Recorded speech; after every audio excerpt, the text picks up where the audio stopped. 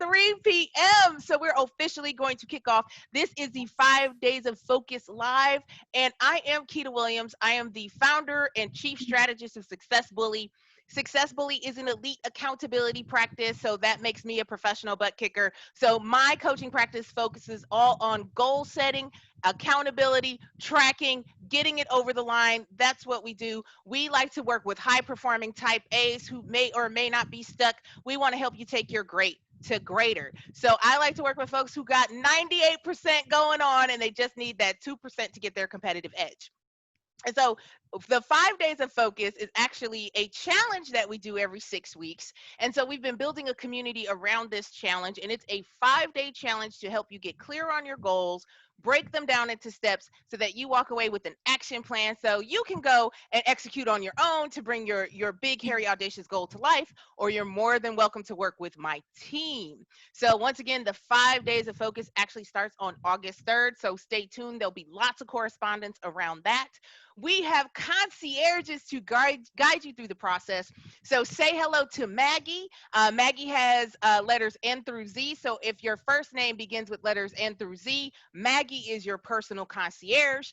Say hello to Monica. Monica is concierge for letters A through M. So if your first name begins with letters A through M, Monica is your go-to. Letters N through Z, Maggie is your go-to, and they will be guiding you through the process, helping you get your workbooks, making sure that you're registered. If you need special time with me, making sure that we get on my calendar. So look out for friend requests from Maggie and or Monica. Look for DMs from them as they'll be reaching out over the next couple days to get you ready for the 5 days of focus. We have a referral contest that is launching later this week. So just putting that on your radar that we're going to be doing some really awesome stuff. The power of the community is the important part of all of this. So we want to help you build your own accountability pods. So look for more on that in the coming days. It's going to be so cool. And, you know, I think everything's cool and exciting. So like, I'm also biased. So like, we can hear from somebody else. But I want to transition to our amazing guest. I am so excited that Yoly is here. In addition to being a seasoned entrepreneur, yes, music tech executive and business strategist. Yoly has vast experience in technology and business development. She is currently the CEO of Bquate, and she has secured global partnerships with leading music and video platforms such as Spotify, YouTube, Deezer, Google, Facebook, and a whole lot of other stuff going on.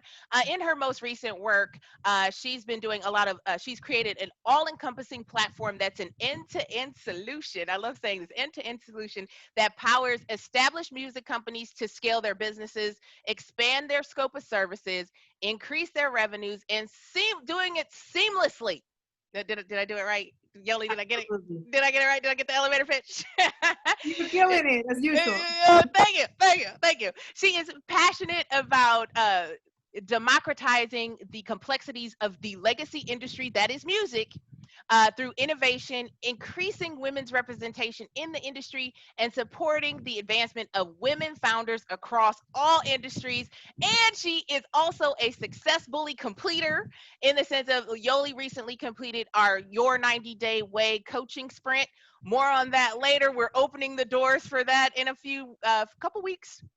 So Yoly is a longtime client, good time friend. We're excited that you are here. So I want to just hand it over to you to share a little bit more about your background. Who are you? You're like, who are you? And background on you and your business. So here's where tennis ball over to you. Okay, great. Thank you so much for the presentation interaction, Kita. Amazing as usual. Well, my name is Yoly Avalos. As Kita said, I'm the CEO and co-founder of Bquate. And basically what we are doing right now, we power established music companies to scale, but without depending on anyone. You might have heard there's a lot of issues in the music industry in terms of ownership, people making big efforts to create, to produce big investment, and then they don't own anything, you know? Imagine how tragic that sounds if that happened to any of us.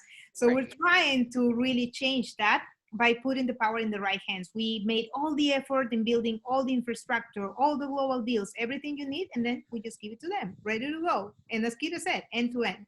So that's what I'm currently focused on. And as an entrepreneur, I really love like solving problems in industries that I'm extremely passionate about. And one of the my most recent like focus is like not only for myself, but to help other entrepreneurs also to follow and fulfill their missions while taking care of themselves as much as they take care of their business. You know, that's a recent discovery that I'm doing, you know, the importance of self-care for leaders. And I'm really into that right now. So that's a Oh, little that's bit of everything. Oh, thank you, Yoli. That's so amazing. Because, like, I think, and we've talked extensively about this. The idea of the grind, like you have to grind it, you have to burn yourself all the way out. You need to be working all of these hours to scale your business. Like, if Mhm. you're not healthy, your business is not healthy. Your Yeah. team is not healthy. If you're not healthy, nothing else goes. I had to learn that one the very hard way. Like, it wasn't until I was on bed rest that I was like, oh, maybe I don't need to work like this. Same here. Yeah. Perhaps perhaps there's a better way of doing this, Mhm. right? And so yeah, I also have that shared passion of like, if it's hard, you're probably doing it wrong. You know, Mhm. there's a better way of doing it. So then I want to hear a little more about how you made your transition from like artist to tech CEO. So Mhm. how did that start? Walk me through that. Yeah, absolutely. It was a hard decision rather than the execution because, as you said, like it has to be enjoyable. It Hmm. has to be feel easy. It has to feel good. So the decision was what took me longer. So when I started to take this seriously when I moved to Europe, specifically to Spain. As people might notice, I'm Latina, and then I moved to Spain to study music performance, actually in music production. And then Hmm. when I was in the middle of my career, I realized that I should maybe go into music business because what was happening is that I joined a very important group there. We were Hmm. touring, we were doing a lot of things, but then I noticed that the group didn't have anything. And I'm like, how this looks so successful, but nothing is really happening. And I Hmm. discovered a lot of bad practices from management, label, like in all these things. And then I said, like, the problem here is that I know sound redundant, but the singer sings, the musician plays, but anyone knows the business, anyone knows the industry and what's going on. And that's when I decided to move to music business to understand the industry that I was in. And what happened is that since I was the one in the group who knew, hey Yoli, can we take a coffee to for you to explain me this and that? And then 60% of my time was helping others to figure out their Hmm. stuff. And then I was like, okay, I'm passionate about this, and this is an actual career, and this is an actual job. So I moved, and my life became 80% music business, 20% music performance, and then music business took over 100%. And then that's what I started to do. So I decided to start my own record label after working in projects with very established music companies. So I get to see the problem and the issues from every angle. Okay. Hmm. Before becoming an entrepreneur and before trying to solve something, I needed to understand it for every angle. So I Hmm. understood that as an artist, as a songwriter that was signed to a major music company, but I needed to know it from the inside. So I got there, and when I have all the insights, that's when I became an entrepreneur and I formed a record label that then later became Bquate, actually. So that's kind That's of so the. amazing. I think that this is a conversation that I had earlier this week as well. Like, um, sometimes in the entrepreneurial process or in the discovery of what it is you're called to do, Mhm. that like you could take what you're currently doing and learn as much as you can, like Yes. learn on someone else's dime so you're not making these very expensive mistakes when you start your own thing. And so like I think it's really cool that you took time to learn it from all sides Yes. before like completely jumping out there, and that's so awesome. So I know that like fundamentally in the music industry there's so much going on, especially now with streaming music. Like, I found a CD the other day when I was like reorganizing some things, and I was like, I cannot remember. Wait, first of all, do I have a CD player? And when was the last time I actually listened to a CD, right? So the fact that all the streaming, all the digital, what's next for the industry in your opinions? Like, so where is the industry going to take us in the next 5 years? Mhm. It's gonna still, in my opinion, rely on digital and streaming, but it's going all the way into ownership. People are Mm, really strong that, like the true sense of independence, because there's no such thing as partial independence. You're independent or you're not. So in the music industry, you have this thing like, I'm independent, but I distribute through this. Collect my royalties through that. And then at the end, you have like 7 different intermediaries. So are you really independent? Do you Ooh. really own, so you're losing focus, leaving money behind, giving the biggest portion of your revenues, and all these things is still happening in 2020 in the music industry. So that's why we decided to give this infrastructure so they can do everything on their own, and finally, without losing or giving up ownership and control. So that, I think that's where this is going. People are Okay. fighting more for the ownership, and we champion ownership of one's craft and creative entrepreneurship. So the shift is that the artists and their labels also are thinking more like entrepreneurs, and that's what we're also helping doing. We're turning traditional music companies into like full service powerhouses, if you want, and artists into entrepreneurs, into world-class entrepreneurs. They have to think of themselves as a business without, like, forgetting about the creative stuff, but they have to have more holistic approach to Mhm. this, so. So let's talk about that for a second. That's got to be a challenging conversation with artists to convince them to think like entrepreneurs. What does that look like on a day-to-day basis? Well, we're B2B, so we talk with their labels, and then we have to educate their labels Okay. on how to educate their audience. So it's like a two layers of complexity in this. Okay. Feels like a lot of convincing. A lot of Yeah, a meetings. lot. Yeah, the labels get it immediately because they are the ones supporting these artists. They're the one investing, so it's on their best interest for the artists to start acting like that. So one thing or one approach that has worked for them is that instead of like telling them what to do, it's just asking the right questions to them, and they end up saying the answers, and that's what stick to them. Hey, we're gonna support your release. We made your video clip. We invest in your song and all that. So what are the artists that are related to you on Spotify? What does the audience look like? And they are like, oh, you don't know that? And they feel like they have to go and research, that they have to know Hmm. the audience of similar artists. Because if you give the other approach, it's like, you have to go and do this. You have to go and check that. It feels like homework. Right, right, So right, right. that kind of like coaching approach, of just making questions, and it's really delicious. It's amazing when they are saying the Delicious. answers. When you see the light bulb. Yeah, exactly. You have to help people how to think. Don't tell them what to do, or anything. So when we teach them or help them how to think, that's what is working for everyone here. I love it. And that is very much like the coaching discipline. It is exactly 80% of my day. Asking the right questions and like ushering you down the pathway to have the breakthrough. Where Mhm. like you fundamentally have the answer. Sometimes you need permission to give yourself that answer, right? Oh, all the things, Yoly, I love this interview. This is okay, and your use of delicious. So I love that too. It Um, is, yeah. so how long were you actually thinking about Bquate before you started it, before you made the transition from label to tech platform? Yeah.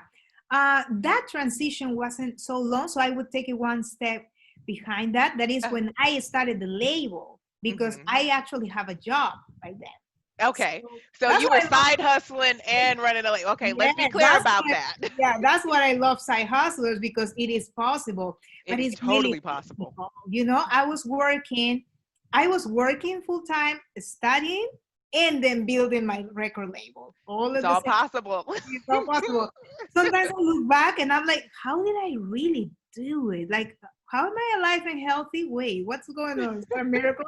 Because I was working, say, I don't know, from 8 to 4. Then I would run and go to school because I was at night, like from, let's say, 5 to 9. And then I was home at 10, and I would work in my company from 10 to 2 a.m. Hmm. and then sleep 4 hours. And I did that for like more than 3 years. I don't know how. Don't ask Yeah, me how. I couldn't do it now. I couldn't do it now. I couldn't do it now. Well, I have a few years younger also, that counts. So that's how I did it. And then when I felt that it was like I had something going on, I started just with one division because, we, the hyperachiever, wanted to do like, Oh, I want to do 6 things at one time. of course, I can do 5 divisions. So I want to launch all 5 of them. No, let's start with one, Third get one. it going, get some revenue, and then that could replace my full-time job. And then I was like, okay, I'm an entrepreneur now. But in that time, she CEO was stand for chief everything officer Oh instead yeah. of So once I could be a CEO as executive officer instead of everything officer, that's when I'm like, okay, I have a record label. And I made a transition from the like entrepreneur to CEO. And then I met my co-founder, the current co-founder of Bquate, and he added the technology digital component to the record label, so it became a music tech company. And that's how it happened. So that transition was not so hard from record label to music tech company. It took one co-founder that aligned very well with me. But I wanted to share actually the first part of the story because I didn't want to play cool here, like, oh, the transition was fast and easy. No, No, no, no, it was not. yeah, I think that's really interesting. Like, there's always a story, and then there's the backstory. yeah. Like, I can't wait to write the story of, like, the waking up at 5 in the morning, getting some work done, going to work, coming home, working some more, climbing in my closet to record things because that was the closest thing I had to a soundproof booth, and Mhm. just all of the things that happened to this point. Yeah, Like waiting till we're scaling now. So, yeah. but there is the interesting backstory. I do think that I think that we both have a shared love of time management, and in our practice we call it ruling your time. So like it shows that during that time frame you were conducting your time, you were using your resource of time Mhm. wisely. So now as a CEO, and I know previous to COVID you were out on the fundraising trail. How does that time management, that discipline of using that resource, how have you shifted that now that the stakes are higher and the company is larger? Yeah. I think it takes a lot of support of people around you and your team and your family. Because I can have the idea and I'm obsessed with time management and energy management also, Hmm. because I can plan my day and then something goes wrong, the energy chips and you don't get anything done. So energy management, it's the first thing I think about, if I want to really put my energy into this, with this call, with this action and all of that. Also, we run under like a OKRs, like objectives and key results. So that gives us the peace of mind and the psychological safety to say no to everything that is no OKR related. So that takes a Mm. lot of things out of the table and you just park those things. And then the third component, which is like time blocking, and my most productive hours. I am an early bird and I wake up at 5:30, but I don't necessarily adjust that to advise that to everyone because some people have their They're more not. productive hours you from 12 to 3, from 3 to 6, or in the middle of the night, whatever works for you. For me, that works. So I have time blocks from like 9:30 to 1:30. That is when I lunch. And I have 4 blocks, of 50 minutes of full focus, no distractions, no phone, anything, and 10 minutes break because distractions are only distractions you let them be. But if you control them and you manage them, then you're Hmm. all set. So when I give those 10 minutes break, I allow myself to go on social media, check text messages. So then I don't get distracted because I am planning for distractions. Sounds Right, right, right. crazy, but when you Hmm. plan distractions, you really get focused. And in those four blocks of my time blocks from 9:30 to 1:30, I get so much done and I get my activities for the day. But again, that is only possible because I inform my team, the people that Hmm. work closely for me. And then I have another system that I do that is like I have my preparation days and my results days. So Tuesday and Thursday, I am available for the world. Today Hmm. is Monday, but you're Keita Williams. Thank you. So, Thank you, so everyone. of I'm Keita course, Williams. anytime, exactly. But usually I have Tuesday and Thursday as my calls day or meetings day. My team Hmm. needs a meeting, a call. Here's my calendar, book yourself. It's open to the world, sales, pitch, everything, whatever you want. And then Monday, Wednesday, and Friday, I'm just by myself, like fully focused. And unless it's something major happening, then good. But Hmm. otherwise, I focus in those days and get a lot of Oh yeah, results. I have a very similar kind of approach. So like I'm an early riser as well. Good. but like I get up early, so I have my Kita time. So I have my dedicated Kita time because I gotta go work out. I gotta do my prayer and meditation. I gotta set my intentions for the day. I gotta do all of my stuff, so I'm ready to do all the other stuff. Uh, and we practice time blocking. Monday is my admin day, except for the live show. Is like I put on lipstick and get ready for this. That Tuesday and Friday are coaching days, and then Wednesday and Thursday are my business development, take the calls kind of day. So very similar in like bucketing things, but it is about having the support around you. And like I have managed expectations because we are going into the 5 days of focus. I have managed expectations with my friends, family, like and the team. Okay, this is our high performance week. I don't expect nothing out of me. Yeah. I will emotionally show up for you post launch. Yeah. It's all about communication. Yeah. Yes, You yes. have to tell them. You need support from people around you for sure. Yeah, because this isn't done in a vacuum. Yeah. Like building a and not just a business, but really building your dream, whatever it is, whatever your big goal is, it's a team effort. Yes, you have to drive the bus, but there are other people that are on the bus with you, Yeah.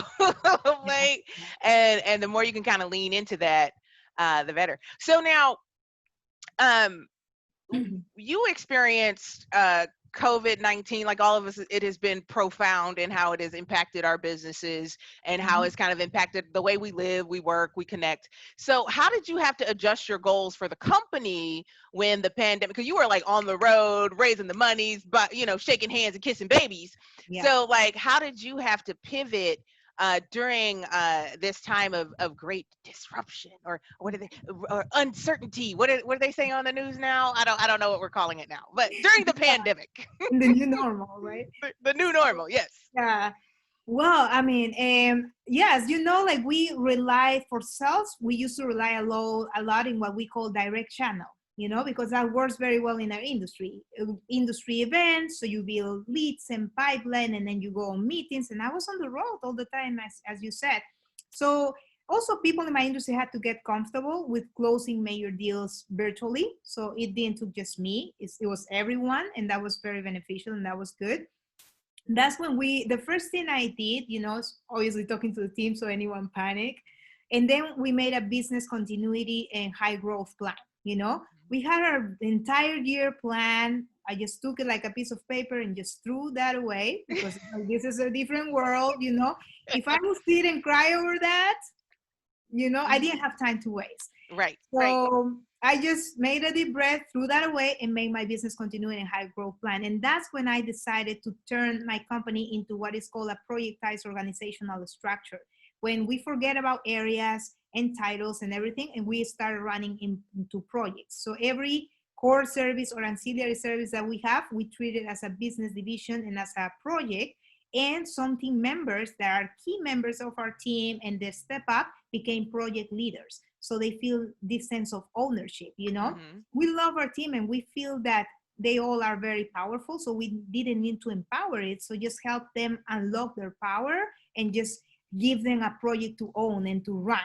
So there's like mini CEOs of these like divisions. So spreading the leadership gave me the time, for me to also think and use all my analytical capacity, creative capacity to really be resourceful and keep pushing. Because since we didn't know what was going on with fundraising, we really have to focus on revenue and growth. Also, a few calls with advisors helped me a lot in terms of like confidence, empowerment, and peace of mind and all that, because it's like you can totally revenue your way out of this because this is a great time for digital revenues are increasing, digital content consumption is increasing, so this is your silver lining. So just forget about fundraising and just focus on revenue. And that's what we did. And then we have all 5 divisions active, operating, running, and with customer sales and generating revenues. And you have a lot to do with that because I actually created those revenue streams, the new revenue streams during your program, and I have Kita Williams, sorry for the language, but kicking my ass every single week. And trust me, you don't want to join a call with Kita Williams with no results. So you don't Thank you for want that to vote of confidence. you don't want to do that. So you work hard during your week, and then in your weekly calls, you have something to say. So that was very helpful too. Oh, awesome. Thank you. That just bring my boom, heart full. Like it's so interesting and I think that we're both on the same page here that the pandemic kind of forced our hand to think differently and the company is going to be in better shape on the other side of this cuz like you've revenued your way out of it. And like Yeah. we're putting together things that actually give us more scale where like it's not dependent on me going to do a speaking engagement or going to do hi, this is why we're doing live shows, y'all, because I can't get on a plane. uh Exactly. or just even how we can grow it if we harness the powers of the interwebs versus just the block and tackle one to one that we were doing before. We're thinking one to many versus one to one, so it is creating a shift that's going to create scale for both of our businesses. So congratulations on like like I noticed that there were like people that were just stuck, right? But like sometimes okay, it's not the what that needs to change, it's the how you're going to do it that needs to change. Like the revenue goal hasn't changed, it's the how we're going to do it is. So then what's your big hairy audacious goal for Bquate? Like where do you want to scale and sell? Do you want to scale and exit? Do you want to be the premier organization for all things music? What's your big vision for it? Mhm.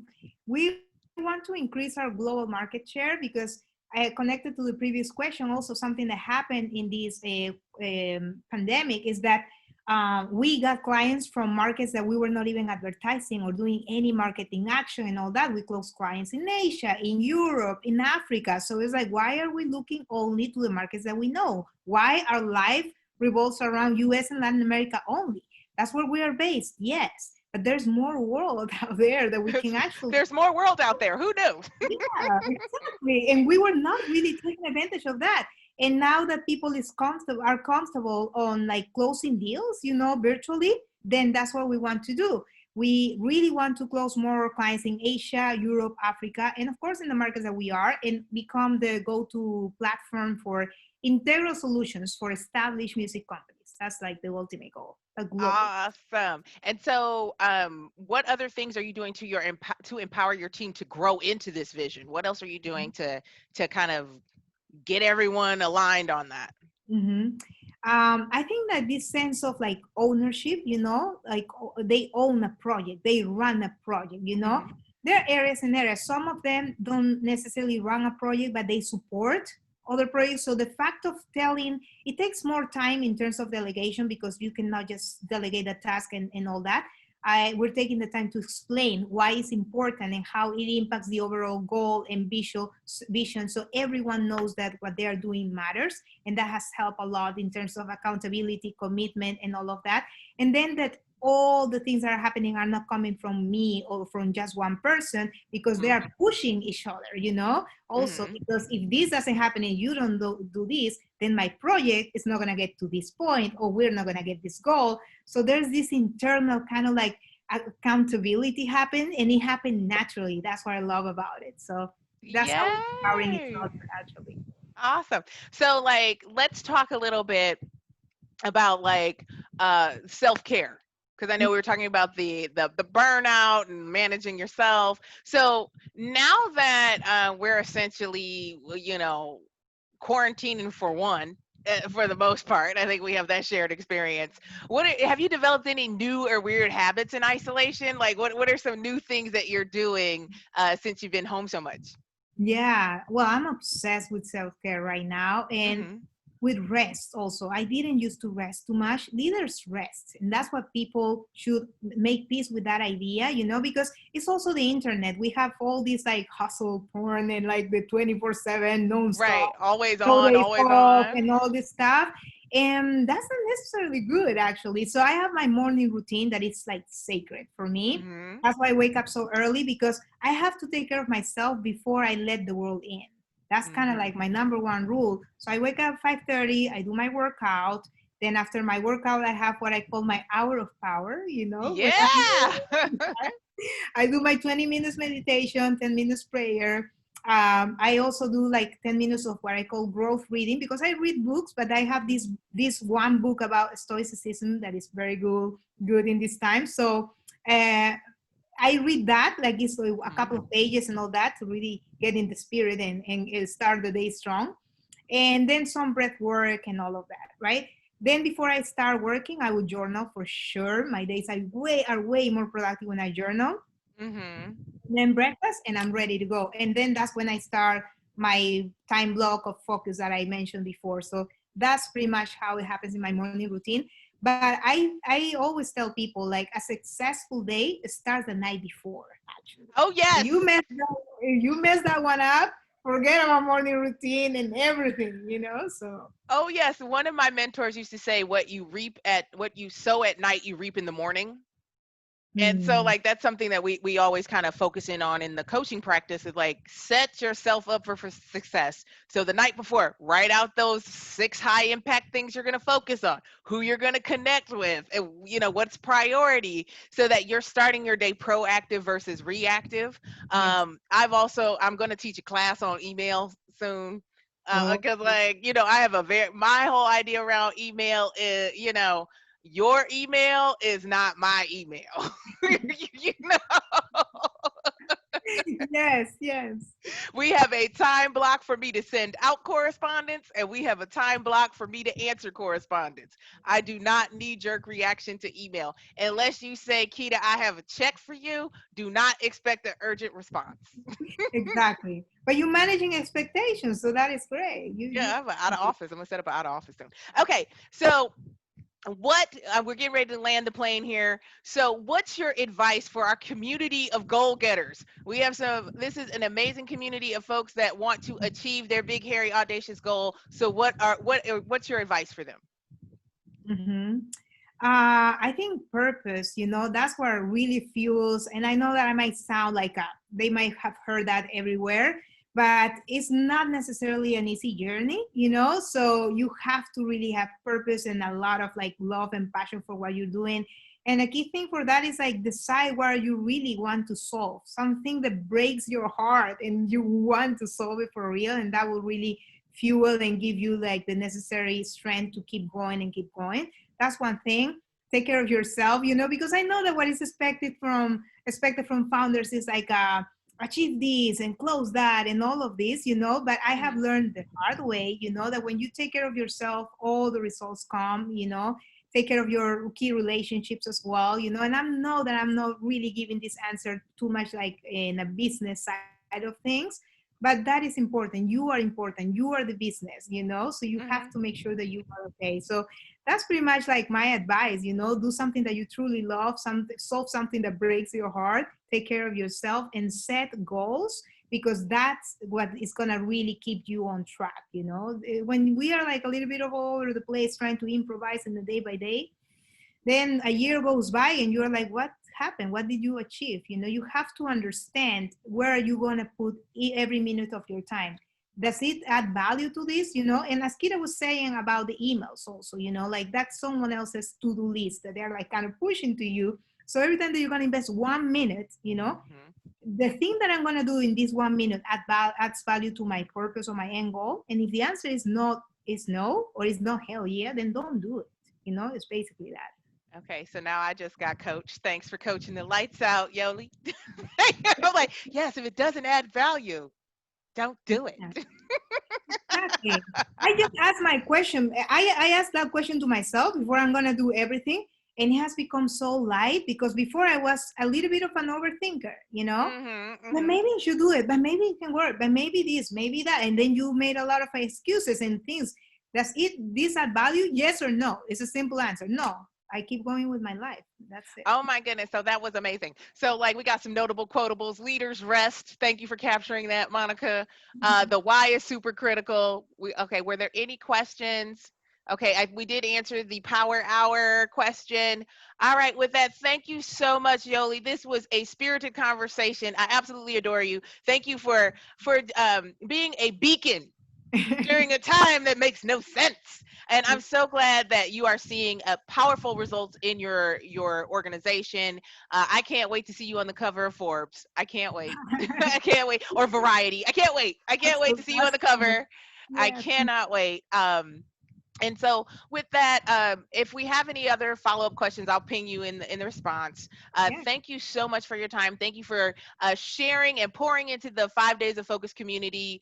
We are so excited that you were able to join us today. So I'm going to land the plane with, I am Keita Williams. I am the founder and chief strategist of Success Bully. We're an elite accountability practice. You got a powerful testimonial from Yoly. So if you didn't know, there you go.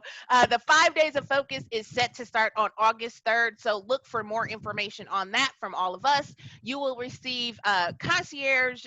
You'll be contacted by your concierge, whether that's Monica or Maggie, in the coming days. We are so excited. Thank you again, Yoly. Thank you Thank so you all much. for joining us. And I'm going to stop the live now and then hang with me for a Thank you second. so much, Kira. This was a lot of fun, and I love it. I love it so much. Thank you. Thank you for Thank you. sharing. Bye.